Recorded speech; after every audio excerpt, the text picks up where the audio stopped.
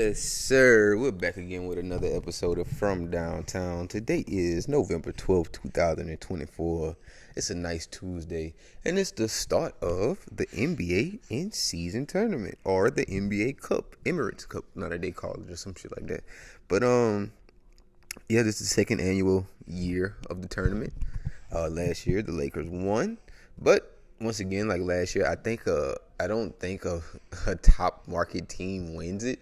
I think the Lakers were just playing very hard. I thought the Pacers had a better chance of winning it last year. You know, like with just having young guys who really want to play hard for this in-season thing and get like some type of award or the bonus that comes with playing in that game. So honestly, once again, I'm going with that same sentiment or that same mindset when I think about the NBA Cup for tonight. A lot of the teams that I see winning this would be teams that necessarily probably don't win good regular season matchups. I think the Hawks have a good chance at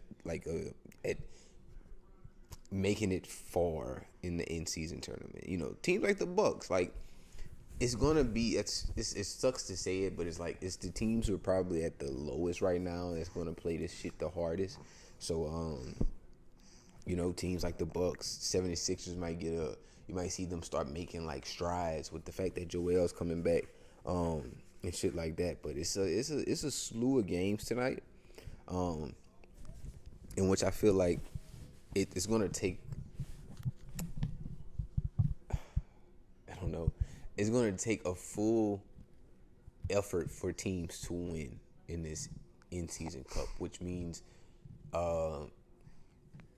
one down to probably 9, 10. You know, a lot of teams run 10-man rotations, but not too many are run 11 or 12. But in the NBA at this point, but it's like it's going to take everybody from your roster to like contribute, because everybody is going to win. If you get money, if you don't get money, how you practice, how you play these games compared to the next games that you play, because cup games fall right in between regular season. So I mean, you'll be playing a cup game tonight and a regular season game tomorrow, and it's like, what are you gonna be more? Oh, you throwing up? What are you gonna be more inclined to play harder for? A regular season game, or for the game in which you get a nice bonus?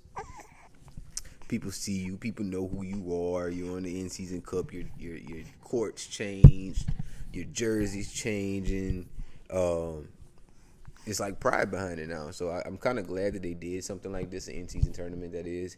I want to see how NCAA's in-season tournament works whenever they do decide to make that jump into this realm of having sort of like a Champions League per se. Like, I think this is more of a soccer type of thing, like to have a cup in the middle of the season, to be able to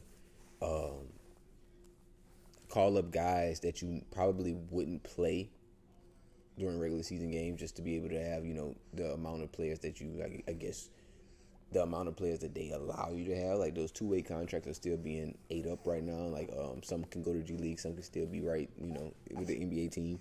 I think that's still like December or January. I might be wrong. But, yeah, I think that these games are just going to be more meaningful tonight, and we're going to see a lot of good games in between teams in which you think it should be big blowouts. Like I see, like the first game of the night, the Hawks and the Celtics. Like I said, I like the Hawks. I like the Hawks a lot in terms of competing for this in-season tournament, like championship or cup, whatever this shit is. But it's like last year the Pacers caught the right trend at the right time. They were playing out of their minds. I think they just were running rampant, and I think they're still doing that to this day. But like, if you can find a way to stop. Are you booing on me? If you can find a way to stop the Pacers from just running the floor 24/7, and it's like, after listening to a few, like I listened to Jason Tatum podcast on Club 520, and he was like, when you play teams like the Pacers, you kind of get out there and you just forget like what the fuck you doing. Like you start playing their game, and I feel like that's the kind of sentiment I have towards Atlanta right now. Because when Trey is on a run, and he's dishing the ball, facilitating for his team.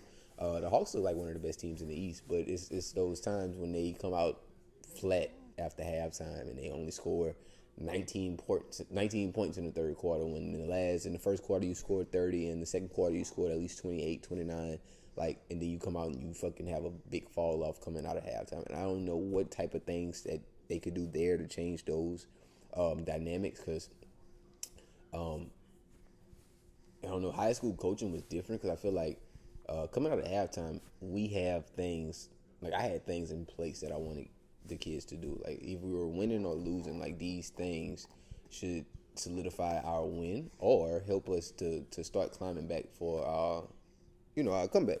But I just don't see I don't see a lot of adjustments being made from the Hawks coming out of halftime. I think they just go out there and they play. They do their scouting reports before the game, and it's like, shit, we're gonna just go through the whole way with those scouting reports and not give up on that. But I think at some point you kind of, with a player like Trey and people like Jalen Johnson, I feel like you just have to let them go out there and play. Sometimes you're probably gonna have to be a more of a systematic coach more than X's and O's. I don't really know if who the fuck is that? Quinn? Is that Quinn Snyder? Who is the Hawks head coach? Am I tripping? Sorry I had to do this, but yeah, it's Quinn Snyder.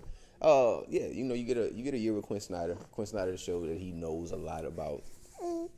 I don't think Quinn Snyder showed a lot about nothing. I think he had a great run with who that was, the Jazz, and I feel like most of the things that he had guards that that saved them. I mean, you go from the Jazz with Donovan Mitchell and shit, and it's like you get to Atlanta with fucking Trae Young.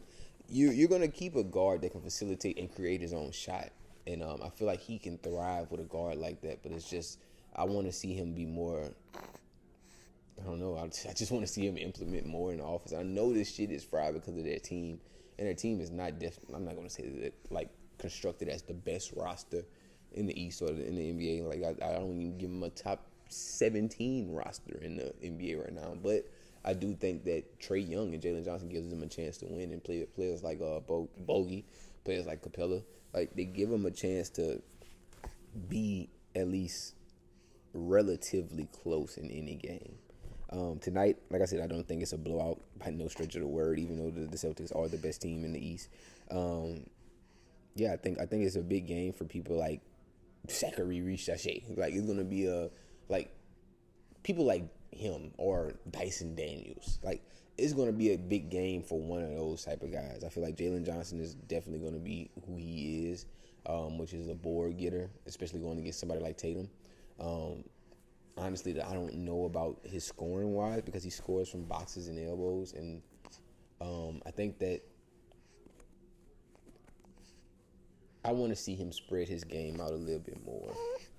I think if he can play on the ball, I'm not saying that he can't play on the ball. He's definitely a guard in a 6'9", 6'8" body. So I think that he can definitely do it. But it's I just want to see him play more free on the wing. I want to see him play off of either the catch, because they do a lot of dribble handoffs, or off of a Trey feed. A lot of the things that Trey does to break the defense down, I feel like it should be a fucking plus for Jalen Johnson, and yeah, he should be having some breakout games.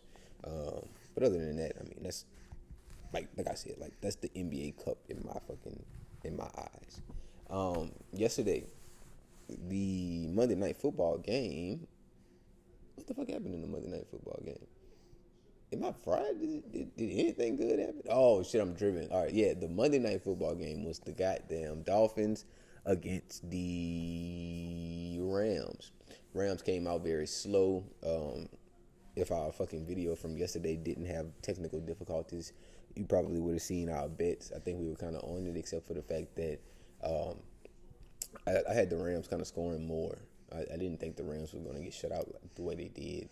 Not necessarily shut out, but yeah, I don't think he scored a touchdown. Yeah, I don't think they threw for a passing touchdown. I think Puka Nacua had 90 yards, no TD.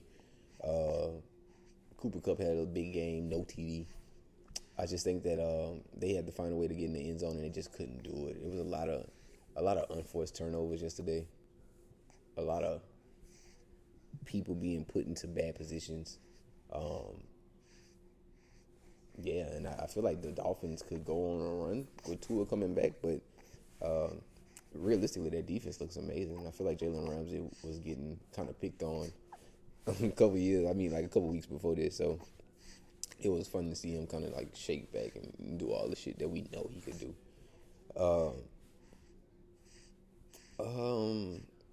Sheesh. I mean, I'm trying to think about what else there was that we could talk about.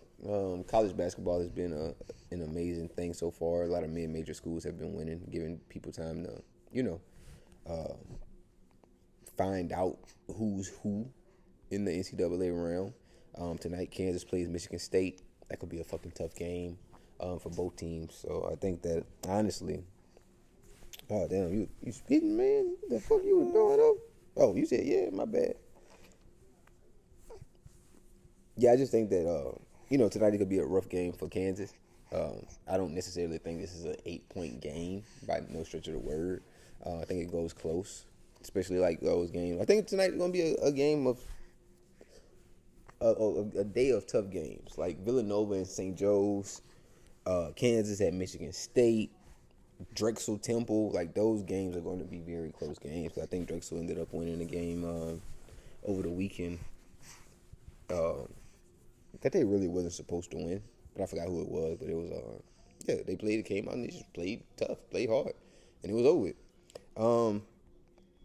So other than that, this is our makeup from yesterday.